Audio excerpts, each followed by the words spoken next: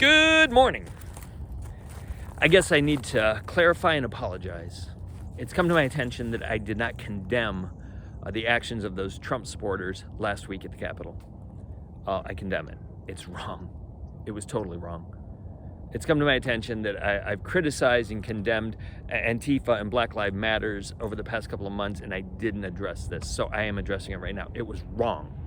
It was totally wrong. Nothing right about that. If they had gone and protested peacefully at the steps, fine. But when it devolves into anarchy and violence, no, absolutely not.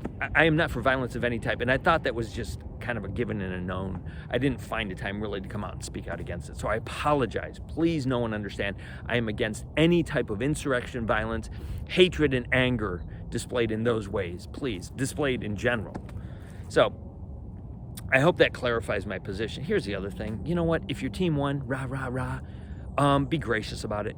Don't be inflammatory and throw it in people's faces. And if your team lost, accept it. We're Americans. Let's act like Americans. We have strong backbones and wills. We'll be fine. We'll be fine.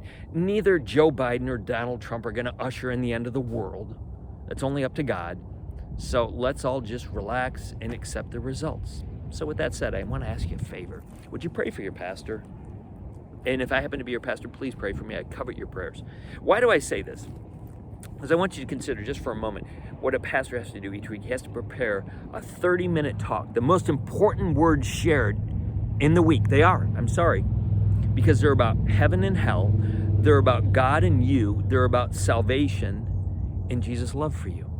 And so we sit down and we have to prepare this talk, trying to captivate an audience from kindergartners to octogenarians, from those who are extremely wealthy to those who may be a little more impoverished, white collar, blue collar, black people, white people, Asian people, Hispanic people, men and women, people from all different backgrounds. And we have to try to reach them with God's love and grace.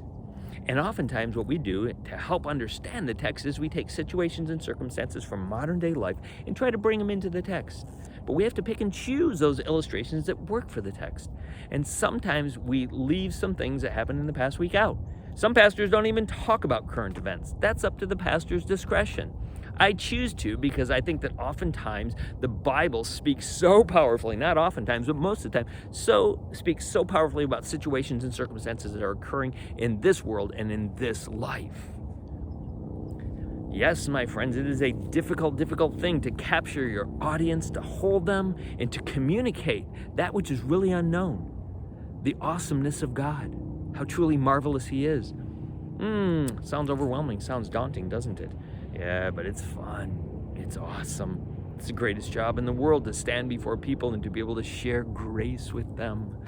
And this grace is available to all. And this is the message, my friends, that will change the world as it change hearts and minds. So that's what I continue to preach. Love one another. We're going to talk about that this Sunday. Come check it out.